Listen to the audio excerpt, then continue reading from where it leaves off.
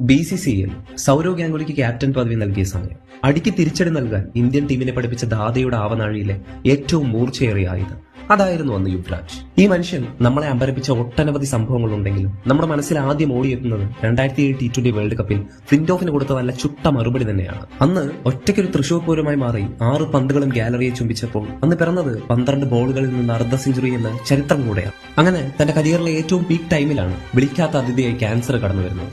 2011 world കപ്പിൽ west ഇൻഡീസിനെതിരായ മാച്ചിൽ ഗ്രൗണ്ടിൽ തന്നെ ബ്ലഡ് വൊമിറ്റ് ചെയ്യുന്നുണ്ട്.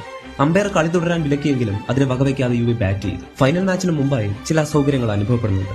കാര്യം പറഞ്ഞ ഹർഭജൻ ഇതേക്കുറിച്ച് ചോദിച്ചപ്പോൾ ആ മനുഷ്യനിൽ നിന്ന് വന്ന വാക്ക് ഒരിറ്റ് കണ്ണുനീരോടുകൂടിയേ കേൾക്കാൻ സാധിക്കും. ജീവൻ വെടിയേണ്ടി വന്നാലും നിന്റെയും എന്റെയും എന്തിന് നമ്മൾ 120 കോടി ഇന്ത്യൻ ജനതയുടെ സ്വപ്നത്തിനായി ഞാൻ പൊരുതും.